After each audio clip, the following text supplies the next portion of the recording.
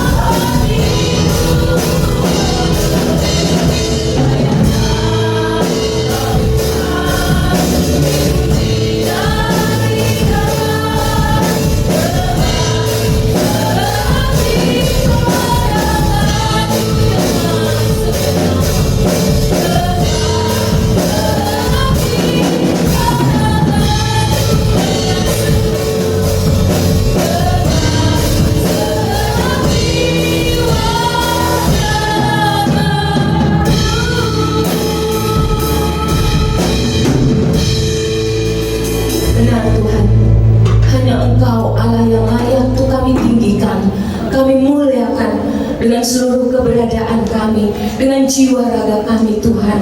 Terima kasih Bapa buat pengorbanan yang Engkau berikan bagi kami.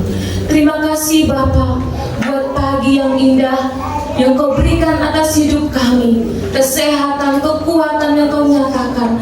Sungguh itu adalah kemurahan yang besar yang Kau berikan di dalam kehidupan kami. Terima kasih Bapa, terima kasih. Kami tahu Tuhan, Engkau yang mengerti setiap masalah yang kami hadapi Tuhan. Namun pagi ini kami mau letakkan di bawah kaki-Mu Tuhan. Kami mau memuji, memuliakan Engkau dengan sungguh, karena kami percaya Engkau bertata di atas setiap pujian kami, dan Engkau memberikan kelegaan atas hidup kami. Terima kasih Bapa di surga, terima kasih. Urapi kami, sucikan kami, sehingga pujian kami boleh layak di hadapan-Mu. Kami buka ibadah kami Tuhan pada pagi hari ini di dalam nama Bapa, Anak, Roh Kudus, di dalam nama Tuhan Yesus Kristus. Haleluya. Amin. Silakan duduk Bapak Ibu saudara-saudari yang terkasih di dalam Tuhan. Kita bersyukur karena kita punya Allah yang begitu luar biasa. Dia seperti mentari yang senantiasa bersinar. Karena itulah kasih Bapa. Bahkan lebih dari itu, Ia menyerahkan nyawanya bagi kita. Seperti mentari yang bersinar. Haleluya.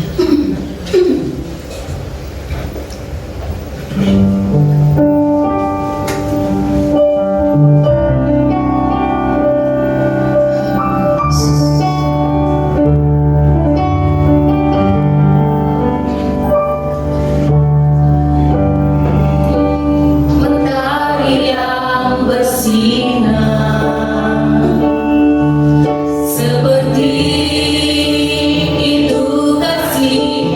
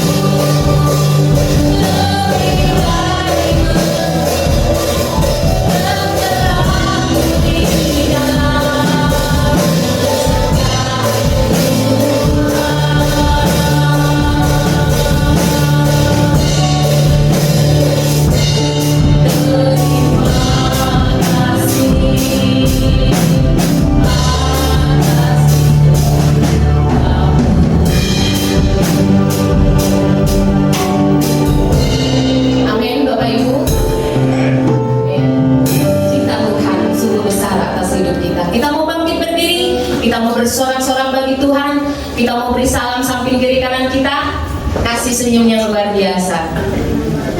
Tuhan memberkati.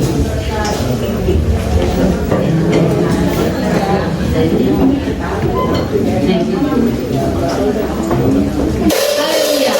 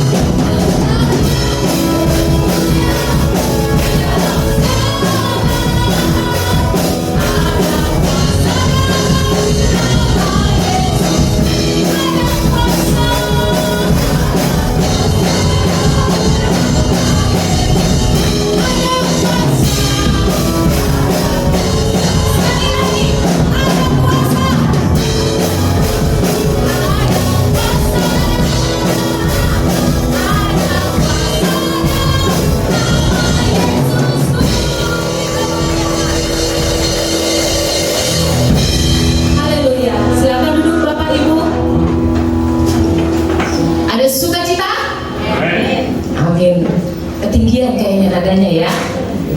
Dan kita percaya Allah tahu bahwa kita bersuka cita di hadapan Tuhan karena Dia Allah yang berkuasa yang telah membebaskan kita, dan sungguh kita bersyukur di hadapan Dia pagi ini. Kita mau siapkan hati kita di hadapan Tuhan.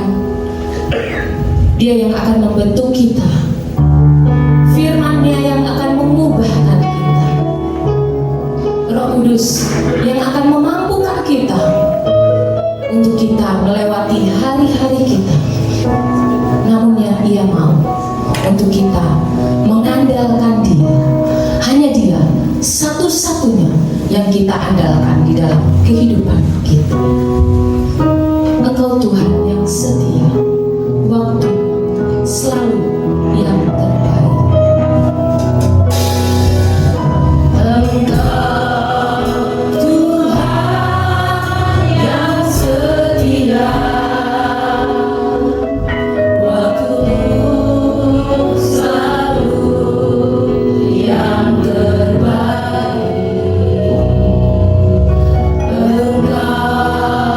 Tuhan sandaranku.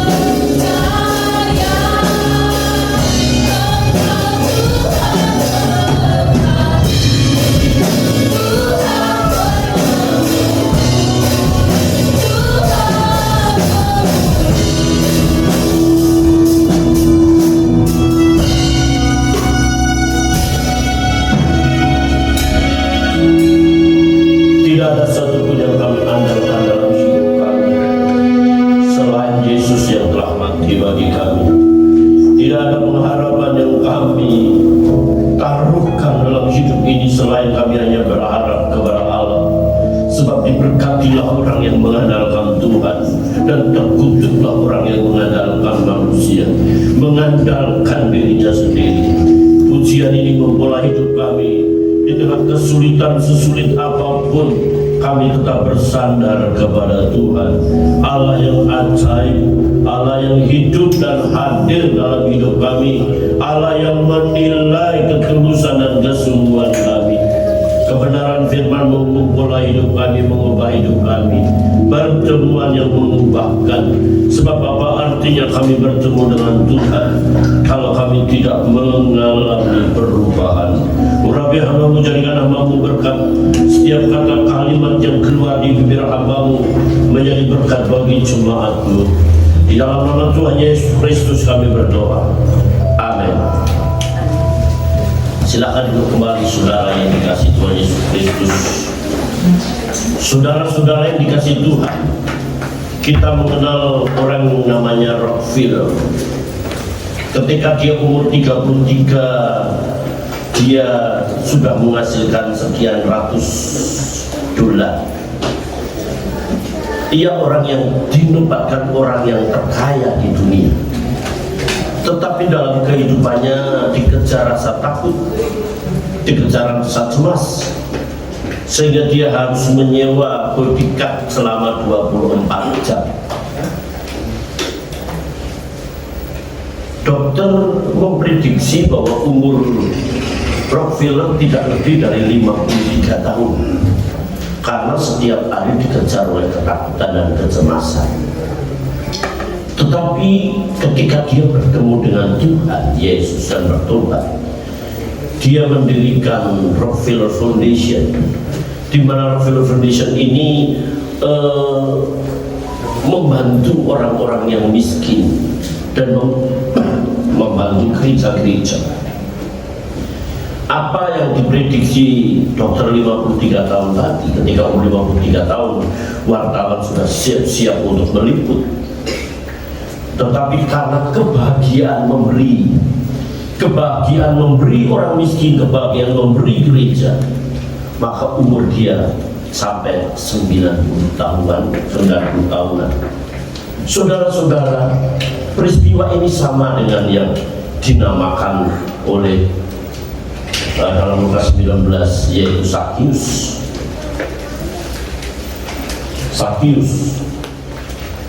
Yesus masuk ke kota Yeriko dan berjalan terus melintasi kota ini.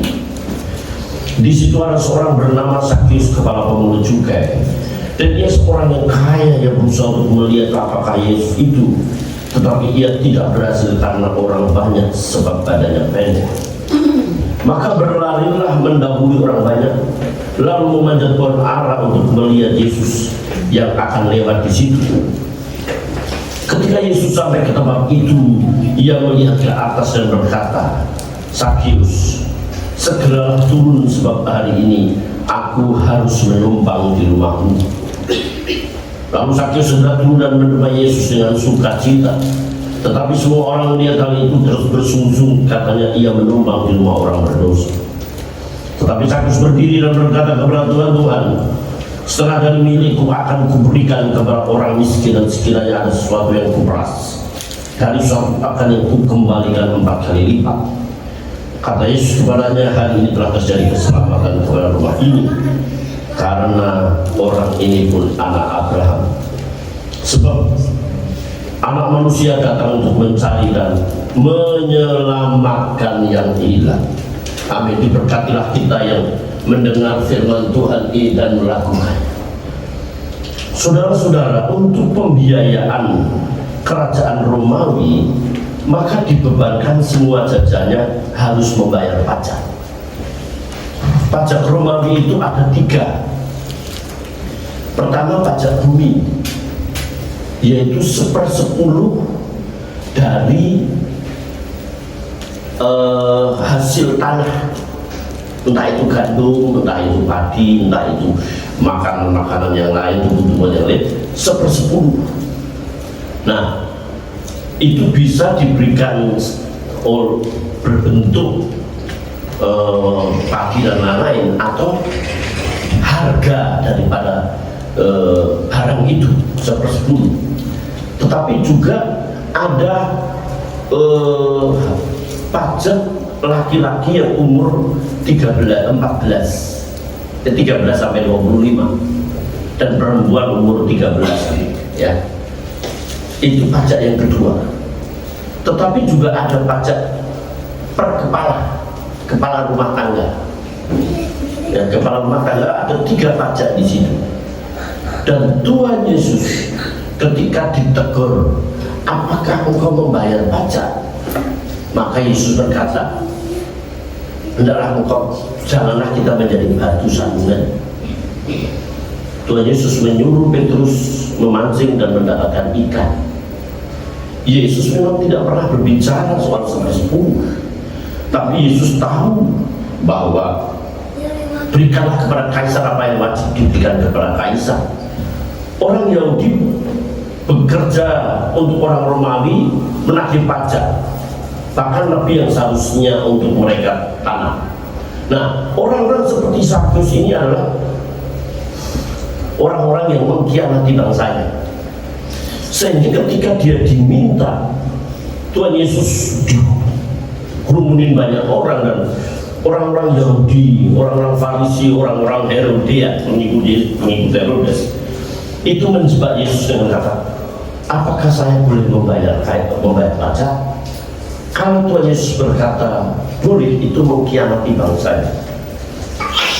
Dia akan segera diraja menyembah, dia akan disingkirkan.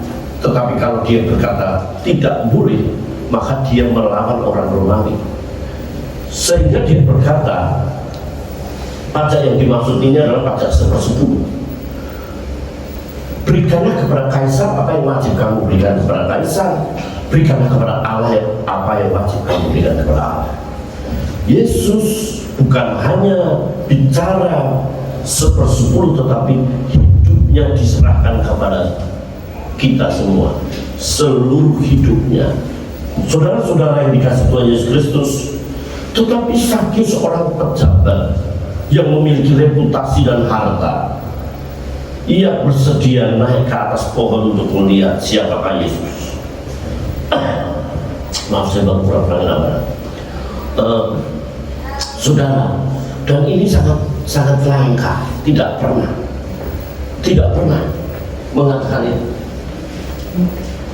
Kalau soal kehidupan, untuk makan minum lebih daripada itu Sakyus. Tetapi mengapa dia harus naik ke atas pohon untuk melihat siapakah Yesus? Dan saya percaya bahwa Sakyus dipastikan pernah mendengar dan bertemu dengan Yesus, mendengar ajaran-ajarannya, sebab dia hidup pada masa Yesus. Ada sesuatu yang berharga, ada sesuatu yang bernilai melebihi harta yang dia miliki. Saudara-saudara yang dikasih Tuhan, Sakyus memiliki hasrat yang kuat untuk memiliki pengalaman pribadi dengan Tuhan. Ini penting, ya. Sakyus memiliki hasrat yang kuat, kemauan, keinginan untuk bertemu dengan Tuhan. Dan ini kadang-kadang kalau hasrat keinginan kita kepada Tuhan itu dipresentasikan 100%, kira-kira berapa persenkah kita punya hasrat untuk mencari Tuhan? Apakah hanya cukup minggu pagi jam 6? Itu pun datang terlambat. Tidak ada gairah, tidak ada semangat harus bertemu dengan Tuhan. Tidak ada gairah, tidak ada gairah untuk mencari Tuhan. Gairah kita untuk bertemu dengan Tuhan mesti harus seperti Sakyus. Bulan pertama, minggu yang lalu, orang-orang Makedonia punya hasrat untuk memberi. Kalau memberi, hasrat untuk memberi dalam tanda kutip itu dibuat 100%. Hasrat kita menolong orang lain, hasrat kita memberi, berapa persen? Itu masalah. Saudara yang dikasih Tuhan Yesus Kristus, jangan kita punya hasrat gairah untuk Allah dunia. Siapa sih yang tidak perlu uang? Saya pun berangkat jam 4:04 pagi. Jam 4:04 mobil saya udah keluar. Jam 5 sudah nyampe sekolah. Saya punya gairah untuk bekerja. Walaupun tinggal 1 bulan. Gairah semangat saya. Jam 5 pagi. Yang sekolah jam 5:05 saya biar. Ayo yang piket. Ayo yang tugas upacara. Saya nggak orang luar biasa, saya biasa di luar Bu. Wah ini Pak Bu, tak satu-satunya luar biasa, saya biasa di luar. Karena biasa di luar ini belajar di sini. Asal saudara saya begitu bekerja jadi contoh. Jangan saya nanya. Kalau nanti di PHK jangan salahin Tuhan. Saya berdoa saudara bekerja. Saya berdoa tidak ada yang nganggur. Tapi kalau saudara diberkati Tuhan, jangan lupa Dia yang memberi berkat. Hasrat kita untuk memberi itu perlu dipertanyakan. Sehingga sekaya gereja kita ini, sekaya kita ini gereja kaya. Kalau gereja kaya, orang-orang tuh bilang GB itu ke orang kaya semua, bangun terus.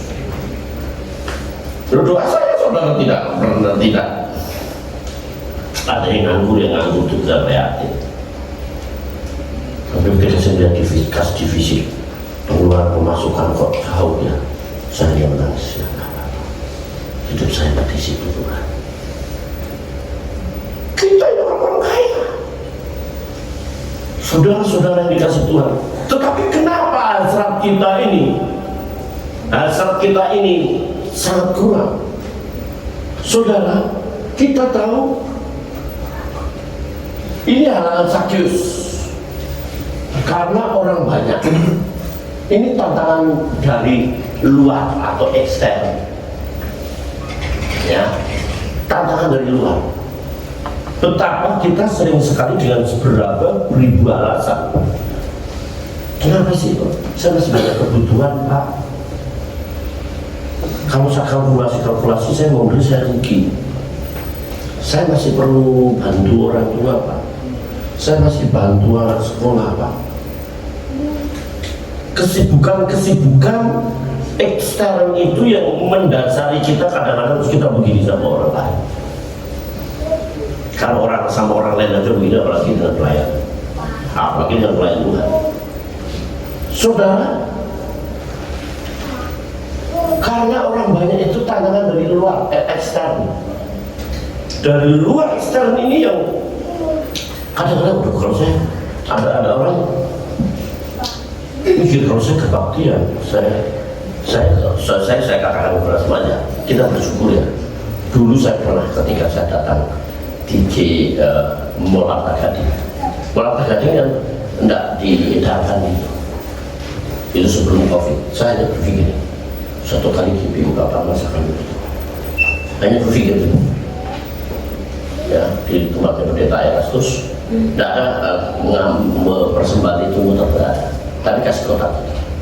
Saya mikir satu kali GPI papan masa film kan. Akhirnya kena COVID. Nah, kena COVID akhirnya kita membeli. Dengan tulus kita membeli kotak itu. Kalau saya khotbah di tempat lain, udah persembahan 2 kali. Kemudian ada kotak 2. Ada perbulan ucapan syukur jemaat lagi semua. Ya. Ada juga gereja-gereja tertentu ada iuran untuk kesejahteraan hamba Tuhan. Hamba Tuhan harus hidup. Makanya dipatok ada 40, ada 30, ada 20. Kita kan dipatok kan hanya untuk IKN. IKN 15.000 ya Pak Fran ya. Dan itu pun banyak yang munggah. Bakso itu 15.000, 10.000 kalau kita makan di Tawang aja bisa 1 jutaan atau 500.000 gitu. Tapi kenapa kita sampai dalam keadaan seperti file begini, divisi begini? Karena eksternnya ini kita mikir, oh kalau saya mau memberi, kalau saya melakukan memberikan tetangga, iya tetangga kalau tahu saya. Kalau saya kurang dia ngasih. Saya ingat bapak saya begini. Bapak saya kan dulu kalau setiap malam kebaktian ya, setiap malam itu 11 orang kebaktian itu nyanyi bersama kakak kita. Walaupun siapa berantem, namanya anak 11 ya, anak 3 aja nggak pusing ya kan, 11 laki-laki, belum banyak laki-laki. Dengerin, kamu harus suka memberi. Kalau tidak dibalas, anak-anakmu akan mendapatkan dari orang lain. Saudara-saudara dikasih Tuhan, berapa banyak alasan kita karena pandangan lingkungan, padanya pendek, pribadi, tantangan dari dalam, kemalasan, egois, rasanya rugi kalau saya memberi, ya, salah perhitungan. Nah kadang-kadang kita, aduh sama Sakyus masih jauh, saudara dikasih Tuhan. Sakyus masih jauh. Oleh sebab itu saudara dikasih Tuhan Yesus Kristus, hasrat yang kuat tadi dinyatakan, hasrat yang kuat dinyatakan melalui perbuatan nyata. Sakyus berusaha, itu udah kata esetai, dari kata dasar seteo, biseking, berusaha, itu memakai present aktif indikatif, suatu usaha yang terus menerus, tidak pernah berhenti. Itu seteo, ya. Kalau Matius 6 ayat 33, carilah dahulu kerajaan Allah, itu memakai kata seteo. Artinya itu terus berusaha bagaimana kita bergumul.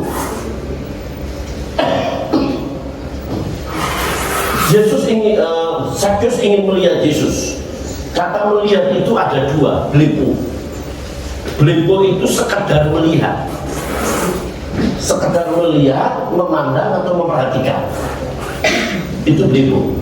Tetapi kata melihatnya Sakyus itu sudah kata oiden, atau the experience passively to appear, memiliki arti yang lebih luas, bahkan bukan sekedar biasa lihat, namun berarti menyangkut pemahaman akan signifikan dari peristiwa yang dilihat. Nah, Allah ingin memiliki pengalaman seperti itu.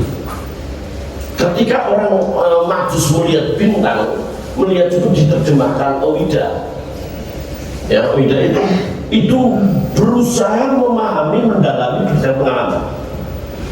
Ya, kalau seorang cowok ingin dapat istri itu saudara, dia kenalan dia, cantik sekali kau, baru apa kau? Baru 5 juta, oh layak, baru 5 juta itu cakep kali, baru raja gugung juga gitu.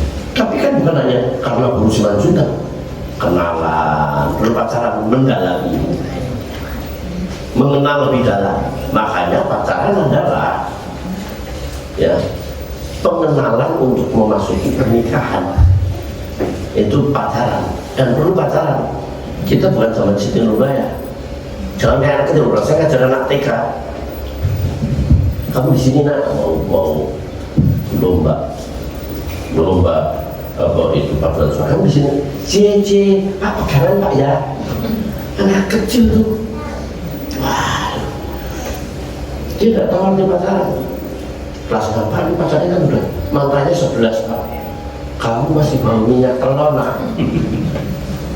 Udah kenal pacar, dia tidak mengerti arti pacaran.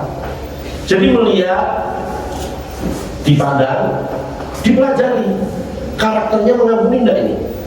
Karakternya jajak susah enggak nih? Ya gitu loh. Nah, setelah masuk mata enggak, nah itu perkenalan lebih dalam. Itu melihat. Kalau kita melihat saudara, berarti melihat Yesus itu kita belajar mengenal, ya. Aku sama ginosku itu beda. Ginosku juga mengenal. Aku mau mengenal lebih dalam. Kalau mau beli diberkatin Tuhan, benar enggak sih? Harus ada pengalaman. Apa benar sih Malaikat 3:10? Aku akan membuka tingkat-tingkat langit. Apa benar? Harus ada pengalaman. Tetapi saya juga meminta, jangan sampai kita memberi gambling sama Tuhan, mancing pakai ikan, ingin dapat buaya. Oh, Tuhan itu dahsyat, Tuhan itu tahu betul apa yang kita lakukan. Oh benar. Ya, umur saya 60 tahun, kurang beberapa minggu. Ya, saya sudah mengalami pernah kekurangan karena pelayanan. Hampir semua gajian. Tapi sampai situ. Saudara jangan melihat dari rumah tingkat belakang ada mobil, rumah di sini, rumah di villa, ada kontrakan. Dulu saya susah. Saya pernah jualan. Saya pernah katakan galon, Pak tolong diantar galon Pak, saya angkat. Itu semua untuk pelayanan. Saya bersyukur punya istri yang mau berkorban. Kalau saya tidak mau berkorban, saya tidak bisa, kita tidak bisa sekarang. Saudara-saudara, melihat ada pengalaman, iya ya, saya praktekkan ini. Saudara, kita tahu bahwa Sakius, orang-orang seperti Sakius, Tuhan memiliki respon. Yesus itu maha tahu, ia melihat ke atas. Kata melihat ke atas itu belipu. Belipu itu sekedar melihat. Kalau Oida tadi kan melihat cuma dipelajari, di parang itu belipu. Aku kalau belipu aja melihat, karena Tuhan itu mengerti, maha tahu. Ini orang yang tulus, orang yang sungguh mau berkorban, ini yang sungguh-sungguh haus mencari aku, ini yang punya hasrat sungguh-sungguh mencari aku. Tuhan tahu. Tanya Bapak guru-guru di sini, ya, ada kuliah di sini, Bapak dua, ya. Itu Bapak tentu sebenarnya senior teacher. Ibu tahu yang sudah ada pensiun, sebentar lagi saya nyusul pensiun, ya. Tahun ini ya, senior teacher. Kita kenal nggak orang tua yang nggak pernah, mudah nggak pernah memperhatikan guru, baru-baru memberi kritik mulu ada nggak? Ada kan? Ada. Maunya kritik, boro-boro memberi. Kalau dulu memang kalau dulu ya, kalau pas menerima rapor dapat, ya itu hal yang wajar. Hal yang wajar. Anda udah kerja, udah diajar 6 tahun. Terima kasih ya Pak Satoto. Hanya gitu aja, ya nggak apa-apa, terima kasih. Terima kasih kembali Ibu. Ada, saya kenal. Ini orang ini bahaya sekali. Kalau saya diberi, enggak, saya terima ya. Tapi kalau saya ditangkap KPK itu bisa diambil enggak? Betul. Zaman Ahok itu terus dilarang membuat gitu. Kan ngeri kalau TKD-nya sampai hilang gara-gara aku. Tapi kita kenal ada hasrat memberi, memperhatikan. Tuhan itu tahu kok. Tuhan itu mengerti orang saya sebagai guru, mengerti ini orang tua. Dulu saya kenal dia Pak Simanjuntak, saya tidak pernah lupa. Dia kepala sekolah. Wah, dia sekarang dia titip anaknya Timur Sarjono Simanjuntak. Kenal, dia titip buat Pak Toto. Kadang-kadang begitu yang perhatikan ada satu loh. Saya bilang, tapi tidak semua. Dijawabkan daripada Tuhan menurut saya udah. Tuhan itu tahu respon, kok jangan ada respon. Yesus tahu terjadi persekutuan.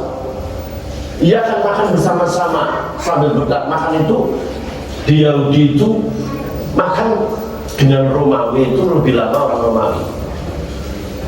Ya, kalau nanti saudara membaca buku Telah Kutemukan itu kebiasaan orang Romawi dan kebiasaan orang Yahudi makannya berbeda. Pagi makannya di atas jam 9 itu makanan ringan, bulan siang, malam itu makanan berat sambil bercakap-cakap sampai 2 jam. Maka ketika Yesus dalam berkata Wahyu 3:19, lihat aku berdiri di muka pintu dan mengetok, barang siapa yang membukakan pintu, aku akan makan bersama dia dan dia bersama-sama. Terjadi sebuah persekutuan. Itu adanya respon. Nah, perubahan yang terjadi, saudara, perubahan yang terjadi memiliki pengakuan. Setengah dari milikku akan kuberikan kepada orang miskin, dan dari seperempat yang kuperas akan kembali ke 4 kali lipat.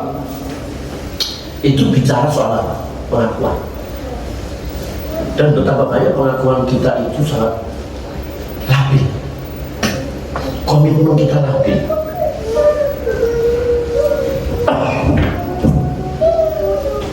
Dulu ada orang minta cuma diganggu, dia berdoa, dia datang berapa kali ke rumah, doakan Pak, nanti saya kerja 10 saya akan kasih untuk Tuhan. Saya doakan, kayaknya tidak 1, 2, 3 kali, 4 kali, 5 kali ya, saya tidak apa. Ya, kalau saya beri bersaksi, saudara, ya, waktu saya bersaksi dulu, saya mengambil papan Villa Bekasi. Saya ngambil Villa Bekasi itu penjadwalan ulang karena mau dijual sama Pak Haji di blok C10 nomor 4. Saya ngomong sama istri, gimana ya Om ya, gaji waktu itu 600. Oke, untuk nyicil 500 sebulan, kita hidup 100. Terus penjadwalan ulang itu 1 juta berapa lagi, nggak tahu nanti biar Tuhan ini. Kita pikir karena ada jemaat persembahannya perpuluhannya itu gede, ada 2 orang, dan nanti perpuluhan buat bayar. Pak, Ini obat. itu pendeta punya pikiran. Saya berdosa, saya salah sama Tuhan, saya mengandalkan, saya jujur Tuhan membunuh saya Tuhan. Itu dalam 2 minggu, yang satu dikirim ke Batam, yang satu pindah gereja. Makanya saya tidak pernah itu. Dia ngasih perpuluhan terus 2 orang itu konsisten. Nah itu buat pendeta-pendeta kan, selalu cuma ngasih perpuluhan itu kan, memang bukan pendeta, makanya saya ngajar anak-anak saya kasih berubah. Entah apa yang saya entah dari apa bekas. Saya mengandalkan, makanya pikiran kita harus berserah sama Tuhan. Harus berserah sama Tuhan. Kita tidak boleh berpikir, oh nanti begini benar, begini tak begini. Nggak bisa. Kita memang harus berharap bersama pada Tuhan. Akhirnya pun toh lunas. Sampai orang pernah kirim uang, saya tidak kenal orang itu kirim saya juga tidak pernah kenal orang itu. 2 juta sore diambil orang yang punya rumah kami untuk ibunya. TV saya pernah diangkat, anak-anak nangis untuk bayar pelayan. Coba, saya berpikir kita mesti harus mengandalkan Tuhan, kita harus belajar mengasihi pekerjaan Tuhan.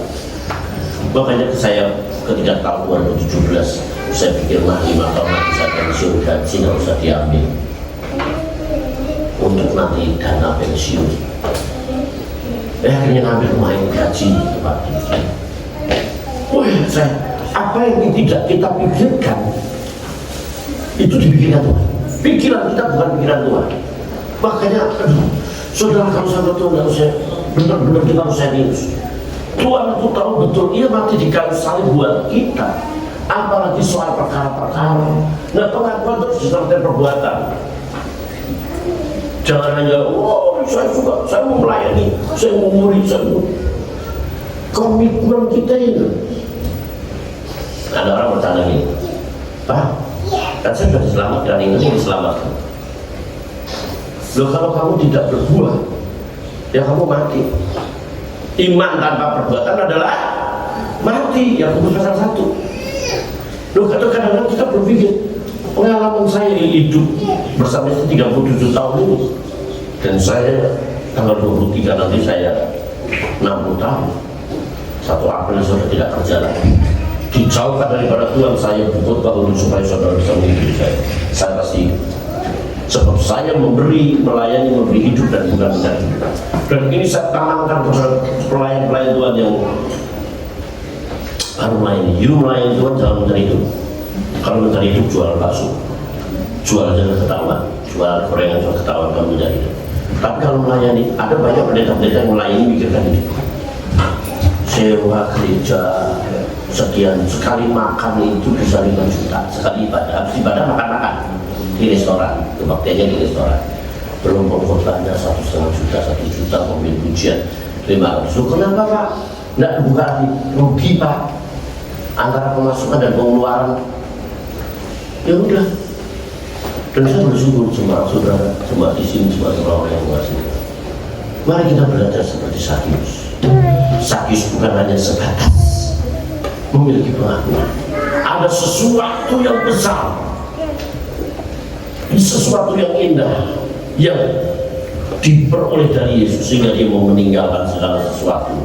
Dan Tuhan Yesus meresponi orang-orang yang seperti Sakyus memiliki hasrat untuk mencari Tuhan dan memiliki pengakuan yang dibayar dengan perbuatan. Amin. Telah kulihat nanti hamba bantu melayani Tuhan.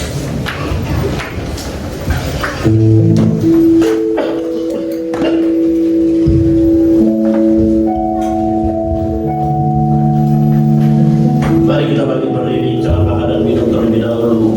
Kita akan mengadakan perjamuan kudus.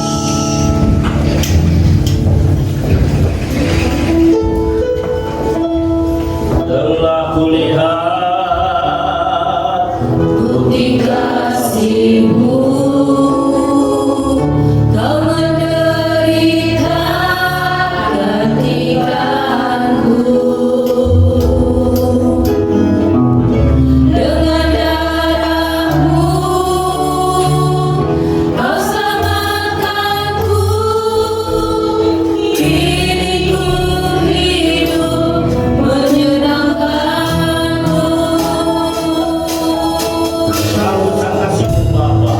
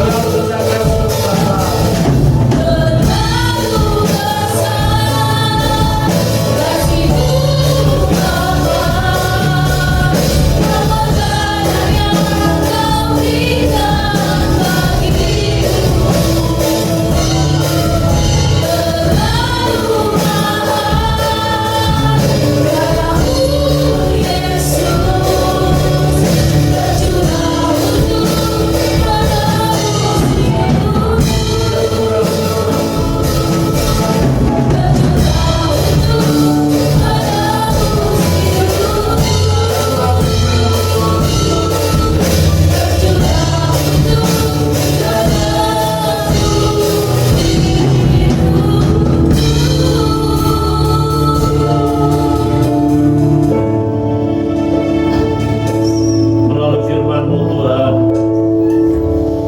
ajar kami menuju kehidupan seperti Sakyus, memiliki hasrat yang tinggi untuk melihat dan mengenal Engkau, memiliki pengalaman pribadi dan pertemuan dengan Yesus membuat kami berubah.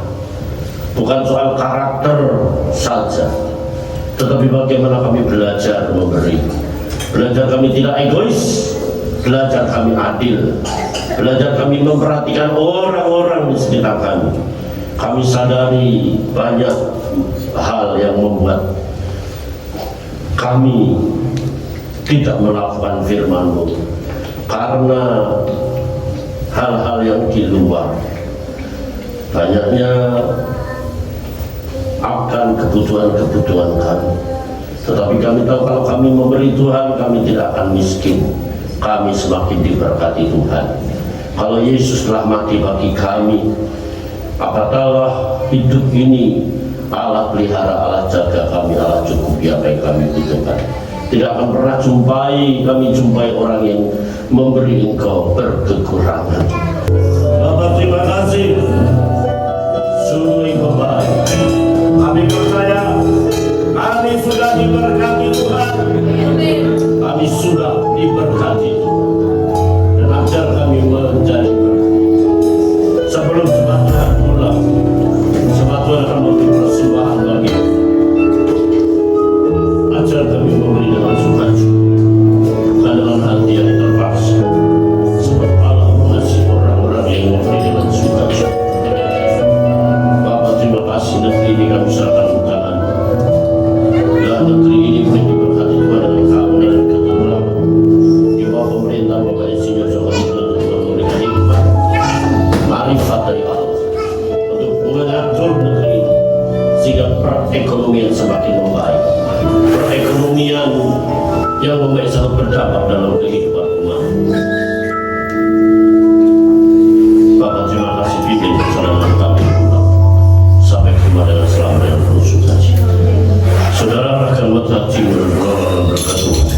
Itu berkat damai sejahtera dari Allah Bapa, kasih setia dari Yesus Kristus Tuhan, dan persekutuan Roh Kudus menyertai seluruh jemaat saat ini sampai malam. Yesus datang menjemput kita. Dalam nama Tuhan Yesus Kristus kami berdoa. Amin.